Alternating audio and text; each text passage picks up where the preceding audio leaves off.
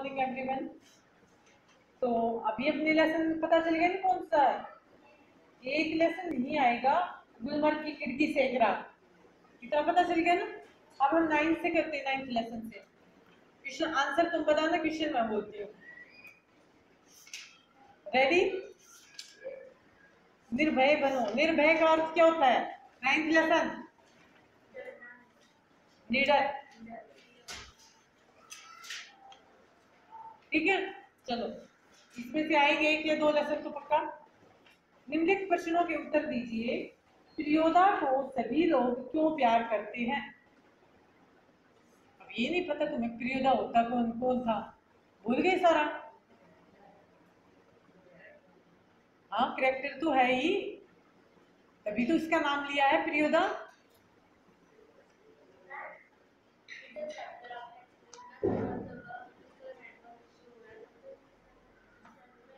क्या बात है, वेरी गुड।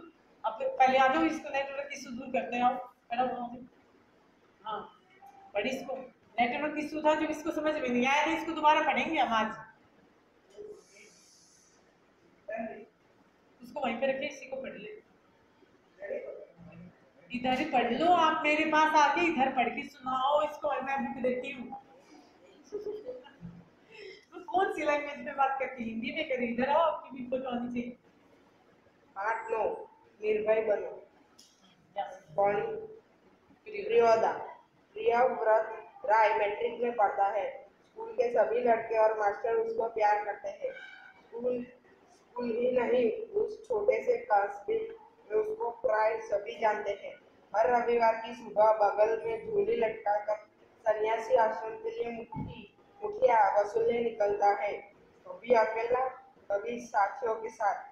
स्कूल का कोई छात्र या शिक्षक बीमार पड़ा कि प्रियोदा अपनी टोली के साथ उसके घर पर हाजिर। जब तक रोगी भला चंगा न हो जाए, उसका दवा दल सेवा में जुटा रहता है। रोबी और कालू प्रियोदा के दल में है। उन लोगों ने मनमुकुल को भी अपने साथ प्रियोदा के दल में शामिल कर लिया है। हर शनिवार को परमानेंट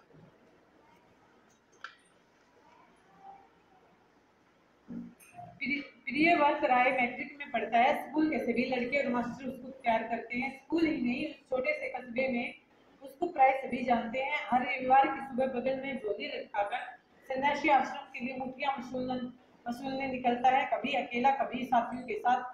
स्कूल का कोई छात्र या शिक्षक बीमार पड़ा कि प्रियोदा अपनी टोली के साथ उसके घर पर हाजिर।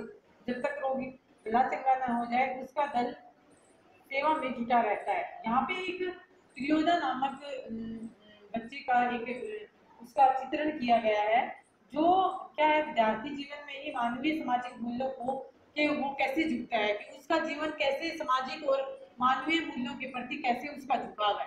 उसका नाम क्या है? प्रियोदा। वो क्या करता है, जब भी कोई बीमार पड़ जाता है व्यक्ति, तो बीमार व्यक्ति को ठीक करने के लिए वह अपने आसपास का जो एरिया है उसमें मुठियां वसूलना मतलब, अरे किसी से हम घर जाके हम किसी से वो नहीं लेते, चंदा लेना, भिक्षा लेना। ठीक है, तो वो भिक्षा इसलिए लेता है ताकि वह बीमार जो व्यक्ति है उसकी मदद कर सके। ठीक है, तो वो मुठिया वसूलता है। तो वो क्या करता है, कभी कभी वह अकेला चला जाता है और कभी कभी अपने साथियों को साथ लेकर चल पड़ता है। रोबी और कालू प्रियोदा के दल में है, मतलब उसके दल जो उसने साथी का दल बना रखा है उसमें रोबी और कालू भी हैं। उन लोगों ने मनमोहन को भी अपने साथ प्रियोदा के दल में शामिल कर लिया। मनमोहन एक और लड़का उसमें शामिल हो गया है। पहले तो कौन कौन थे? रोबी और कालू ही थे, लेकिन अब और कौन शामिल हो गया है? मनमोहन। हर शनिवार को प्रमाण के उस पार बालचूर पर प्रियोदा के दल के सदस्य स्कूल को छुट्टी के बाद जमा होते हैं। इन शनिवार के प्रमाण के उस पार बालचूर पर तो क्या होता है कि जब छुट्टियां हो जाती हैं तो उन्हें एक जगह बना रखी है। जगह पर क्या करते हैं, वो एक परमान के उस पार बालूचर है। ये बालचूर नहीं है, बालूचर। बालू होती है जिसको हम रेतीली मिट्टी कहते हैं। रेतीली मिट्टी जो हम एक बार हाथ में से ले और हाथ में से निकल जाए उसको बालू बोलते हैं। मिट्टी तो कोई भी हो जाएगी, लेकिन बालू होती होती है, रेतीली मिट्टी जो हाथ में जिसको डांटना मुश्किल हो जाए, उसके दल के सदस्य एक जगह स्कूल की छुट्टी के बाद जमा हो जाते हैं। खेल कूद गाने बजाने के अलावा प्रियोदा दुनिया भर की खबर सुनाते हैं। क्या करते हैं जब इकट्ठे हो जाते हैं तो क्या करते हैं, खेल कूद भी करते हैं और आसपास जैसे गप्पे लड़ाने नहीं होते, जैसे दो लड़कियों को एक जगह बिठा दो, पूरे क्लास की सारी बातें 1 मिनट में बता देती है। ऐसे ही वो लड़कियों की बात नहीं, लड़के भी हो रहे हैं, इसमें प्रियोदा एक लड़का ही है, हंसने की बात नहीं है, ठीक है। तो क्या करते वो इधर उधर की बातें करने लग जाते, गाने बजाने की भी करते हैं। रविवार का प्रोग्राम तय करते हैं कि उन्हें रविवार का प्रोग्राम तय करते हैं, मतलब रविवार को उन्होंने क्या काम करना है ये भी मिल बैठकर तय करते हैं। किस मोहल्ले में कौन जाएगा मुखिया वसूलने, किस बीमार की सेवा करेगा कौन, मतलब किस किस मोहल्ले में कौन कौन मुखिया वसूलने जाएगा, मतलब भिक्षा मांगने के लिए, और कौन कौन जो बीमार पड़े हुए व्यक्ति हैं उनके साथ कौन कौन व्यक्ति उनकी भी सहायता करेगा, ठीक है। उस दिन मनमोहन का परिचय देते हुए कालू ने कहा, प्रियोदा यह मोना मनमोहन। उस दिन मनमोहन का परिचय दे, कालू ने कहा, किसने परिचय करवाया उसका, कालू ने, किसका, मनमोहन का। क्या बोला, ये कौन है, मोना मनमोहन, खूब तेज लड़का है, क्लब का सदस्य होना चाहता है। मतलब ये तेज तो लड़का है, लेकिन हमने जो जो एक कमेटी बिठा रखी, जो हमारा जो एक ग्रुप है उसको क्लब बोलते थे, उसका सदस्य होना चाहता है, ठीक है। प्रियोदा ने मनमोहन को सिर से पैर तक देखकर पूछा, 22 के एक ऐसे आदमी का नाम लो जिसे लोग भगवान का अवतार समझते हैं।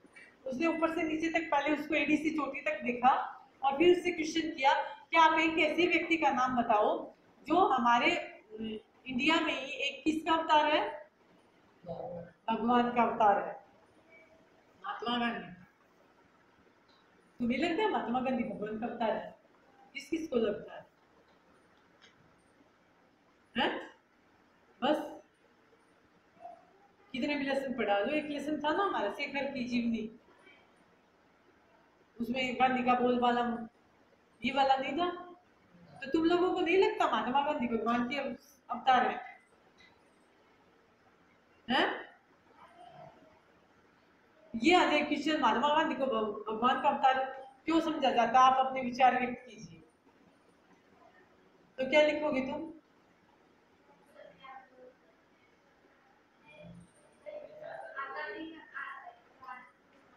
भारत को आजाद करवाने में महात्मा गांधी का योगदान, सबसे बड़ा योगदान क्या था?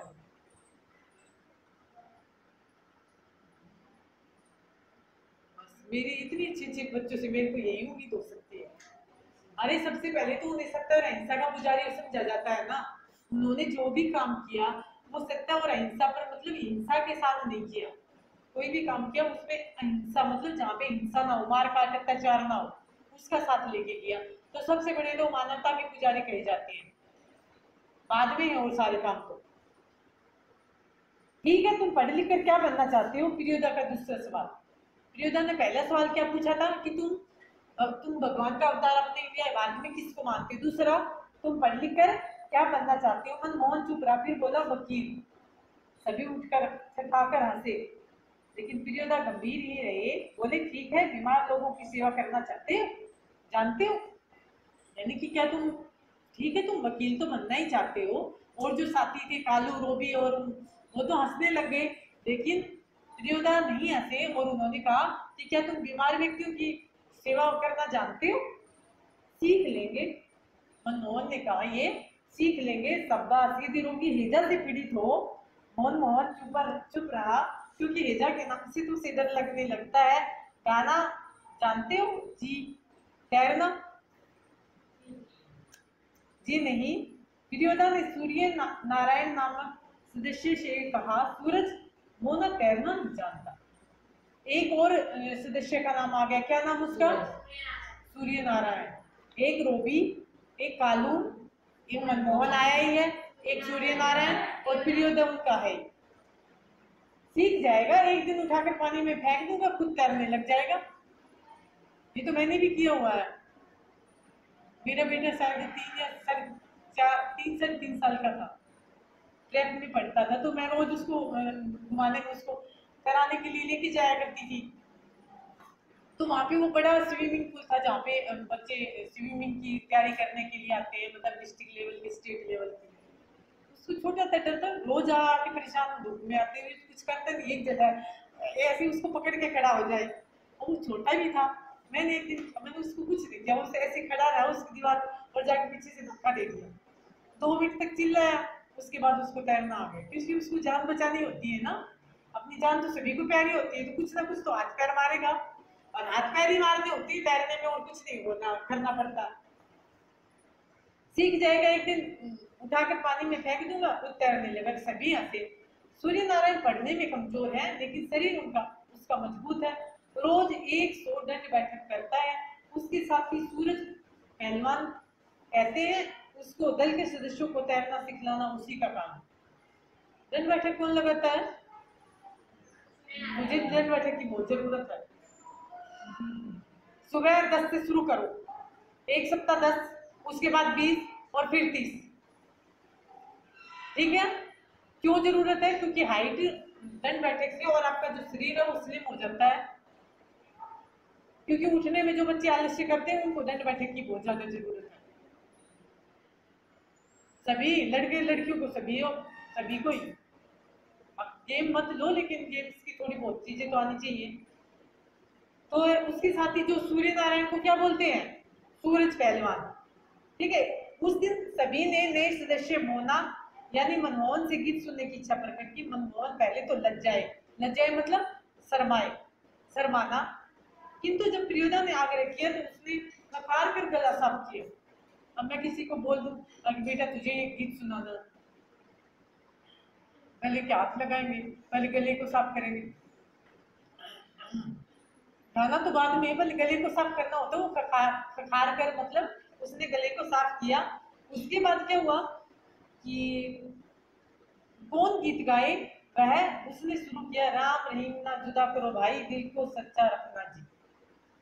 मतलब उसने एक गीत गाया, राम रहीम ना जुदा करो भाई, राम और रहीम को, राम और रहीम एक ही है। रहीम क्या थे? मुसलमान थे। राम हिंदुओं के वो हैं। तो वो कहते हैं राम और रहीम को, दोनों को अलग मत करो, दिल को सच्चा रखो, अपने दिल को सच्चा रखो। क्योंकि राम लगा लो चाहे रहीम लगा लो, चाहे गुरुदेव समाज, किसी को भी समझो, सब भगवान एक ही है। भगवान तो सिर्फ एक ही है, उसके नाम अलग अलग हैं। मान लो मैं किसी बच्चे के नाम 5 रख दूं, क्या वो बच्चे का अस्तित्व अलग हो जाएगा? वो तो एक ही रहेगा। सबसे पहले तो वो इंसान है, उसके बाद ही उसके नाम तो ऐसे ही भगवान है, भगवान भी एक ही है। हम उनको अलग अलग किसी भी नाम से पुकार सकते हैं। गीत समाप्त होने के बाद प्रियदा वाले, वाह बहुत मीठा गला है तुम्हारा, कालू तुम प्रभात भेरी वाले दोनों गीत मोना को सिखा देना। देखो क्या बोला है वो ने, प्रियोदा ने उसकी तारीफ में कहा कि तुम्हारा जो गला है वो बहुत मीठा है। कालू, उसने किसने कहा? प्रियोदा ने कालू से कहा कि जो प्रभात फेरी फेरी होती है, जो मतलब सुबह की जो फेरी हम लगाते हैं भिक्षा, जो भिक्षा के लिए, वो इसको गीत सिखा देना। ये सुबह सुबह वही गीत गाया आपने। सूरज पश्चिम की ओर झुक गया, बालू चर पर लाली उतर आई, प्रमाण की धारा पर डूबते हुए सूरज की अंतिम किरण झिलमिलाई। पखेरु दल बांध कर बासवन की ओर दौड़ने लगे। प्रियोदा के दल के सभी सदस्य पंक्ति बांध कर लौटे। पुल के पास एक गाड़ीवान तन्मय होकर गीत गा रहा था, बोला गरीब दीन भैया हरब, बोला गरीब का दीन। अच्छा सुनो, एक सबसे बड़ी बात इसमें क्या है, अब उनको बात करते करते शाम हो गई, लालिमा छा गई। यानी कि जब सूरज उदय, एक तो उदय होने वाला हो जब लालिमा आती है, एक जब अस्त होने वाला हो जब लालिमा आती है। तो सूर्य उदय अस्त होने वाला था, शाम हो गई थी। उसके बाद क्या हुआ? पखेरु होते हैं पक्षी, ये पक्षी का पर्यायवाची होता है पखेरु। ये आ सकता है बीच में से कहीं से भी। ठीक है? पखेरु शब्द है वो पक्षी का पर्यायवाची है। तो पखेरु क्या होते हैं? जो पक्षी होते हैं वो दल बांध कर, शाम को नहीं देखते जब तुम कहीं छत पे बैठे रहते हो तो बहुत सारे पक्षी इधर जाते हैं, और सुबह जब तुम देखोगे तो वही पक्षी इधर से उधर जाते हैं। तो वो क्या होते हैं, अपना खाना खुना बना, अपना पूरा सेट करके वो अपने घर की तरफ चलने लग जाते हैं।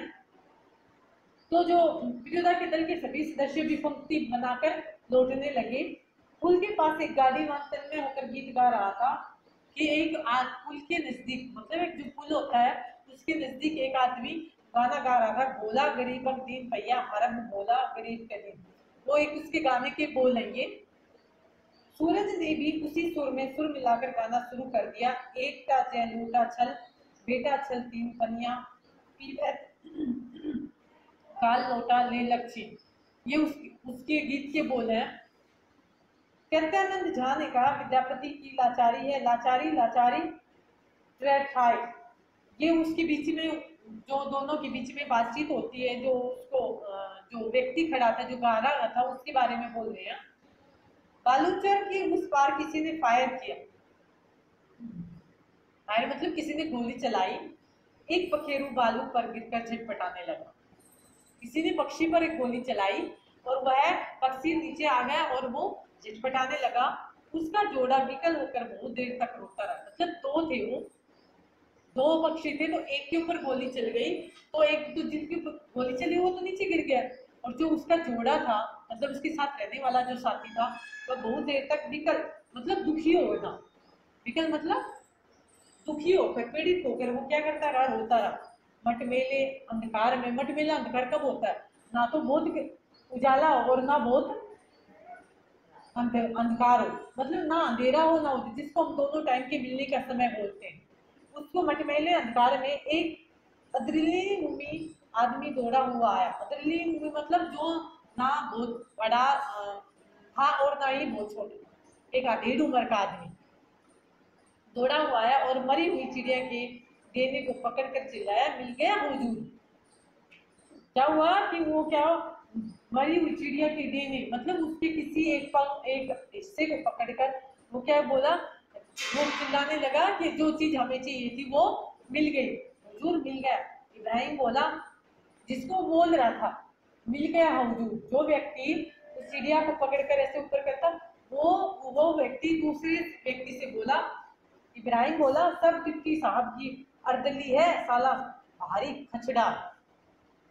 इब्राहिम बोला, सब डिप्टी साहब की अर्दली। अर्दली क्या होती है, अर्दली नुमी यहाँ पे होगा, अर्दली नुमी ये दूसरा अर्दली नुमी है। एक अर्दली होता है जो अधेड़ उम्र का आदमी, एक अर्दली होती है दूसरे की खुशामद करना, चमचागिरी करना, जिसको हम बताए उसकी अर्दली करता रहेगा, मतलब उसकी ही खुशामद करना। जैसे हम कोई किसी के नीचे नहीं रहता, काम करता रहता है, तो ये अर्दली नुमी आदमी, अर्दली नुमी यहाँ पे इसका आदमी होगा जो दूसरों की खुशामद करता रहता है। तो वो खुशामद करने वाला आदमी सब डिप्टी साहब की अर्दली, मतलब मेरे को ये उनका काम करना है, भारी खचड़ा है, मतलब ये बहुत बुरा काम है। दुर्योधा के मुंह से अचानक निकला होल्ड। होल्ड उनके जो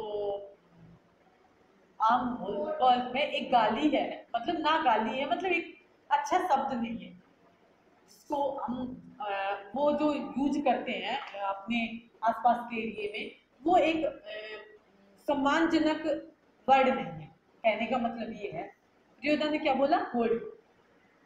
तब इब्राहिम को अपनी गलती का एहसास हुआ। दल का नियम है, कोई सदस्य किसी किस्म का अपशब्द या गाली मुंह से नहीं निकालेगा।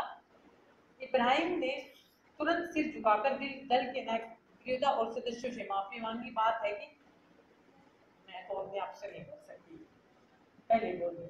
तो देखो क्या हुआ, तब इब्राहिम को अपनी गलती का एहसास हुआ। अब इब्राहिम ने क्या, वो अचानक जब दुर्योधन के मुंह से अचानक निकला हो, तो इब्राहिम को अपनी गलती का एहसास हुआ। क्या कि इब्राहिम ने क्या बोला था, जो ऊपर वाली लाइन बोली थी ना, सब डिप्टी साहब का अर्दली है, खिचड़ा है, ये बोला था। दल का नियम है, यानी कि ये दल का नियम है। दुर्योधन के दल का एक नियम था कि उसमें कोई भी जो सदस्य होता था, वो कोई भी सदस्य मुंह से अपशब्द, अपशब्द क्या होते हैं, जो शब्द हमें नहीं निकालने चाहिए, जो शब्द अच्छे नहीं होते, जिनको सुनकर दूसरों को अच्छा ना लगे, तो वो नहीं बोलेगा। सभी हंसे। दुर्योधन ने गंभीर होकर कहा, इब्राहिम ये तुम्हारी आज भी गलती है, 10 होते ही हम तुम्हारा साथ नहीं रहेंगे। मतलब उनकी एक सबसे बड़ी एक दूसरी पहली बात थी कि कोई अपशब्द नहीं बोलेगा। दूसरी बात कि किसी भी सदस्य को 10 गलतियां करने की ही छूट थी। यदि वो 10 गलती से ऊपर चला जाता है तो उसे 10 दल से निकाल दिया जाएगा, मतलब ग्रुप में से निकाल दिया जाएगा। तो उसकी कौन सी गलती थी, 8वीं। इब्राहिम ने पूछा, लेकिन सरकारी अफसरों को तो गाली देने में क्या हर्ज है? मतलब सरकारी अफसर तो ऐसे ऐसे काम कर देते, उनको तो गाली दे ही देनी चाहिए।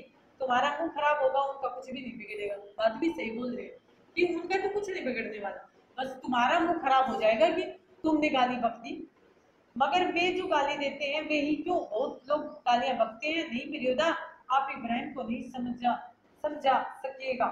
मैंने कहा आप इब्राहिम को नहीं समझ सकते, वह महीने बाद देरी से पूछता है, मैं समझा देता हूँ। देखो इब्राहिम, यदि क्लब का मेंबर रहना है तो इसके रूल्स को मानना पड़ेगा। वो कह रहे हैं कि यदि तुम्हें हमारे जो क्लब बना हुआ है उसका सदस्य रहना है तो आपको रूल्स तो फॉलो ही करने पड़ेंगे। मतलब आपको गाली नहीं बकनी है। दूसरी बात, आपकी 10 गलती होने के बाद आपको क्या कर दिया जाएगा? निकाल दिया जाएगा। नियम है कि कोई सदस्य आपस में बातचीत के सिलसिले में कोई खराब शब्द नहीं बोलेगा। जानती हूँ ना, बात खत्म। सहुआइन धर्मशाला के पास सभी ने एक दूसरे से विदाई ली। जो धर्मशाला है वो कौन, क्या नाम बताया है? सहुआइन। कालू ने कहा, मोना तू रास्ते में डरेगा, मैं जानता हूँ, चल मैं पहुंचा दूँ। प्रियोदा ने कहा, मोना डरता है, मैं उसे पहुंचा दूंगा, तू घर जा कालू। प्रियोदा ने क्या कहा? कालू को घर भेज दिया। और प्रियोदा जो मनमोहन, जो नया सदस्य उनका जो शामिल होने वाले थे, उस सदस्य को वो छोड़ने के लिए चले गए। रास्ते में प्रियोदा चुप रहे, एक सुनी जगह पर आकर रुके। सड़क के दोनों और बड़े बड़े पीपल के पेड़। पीपल के पेड़ में डर लगता है रात को तो डर लगता है। दिन में तो वो पूजनीय होते हैं, रात को तो नहीं होते पूजनीय। लेकिन पीपल के पेड़ में क्या होता है?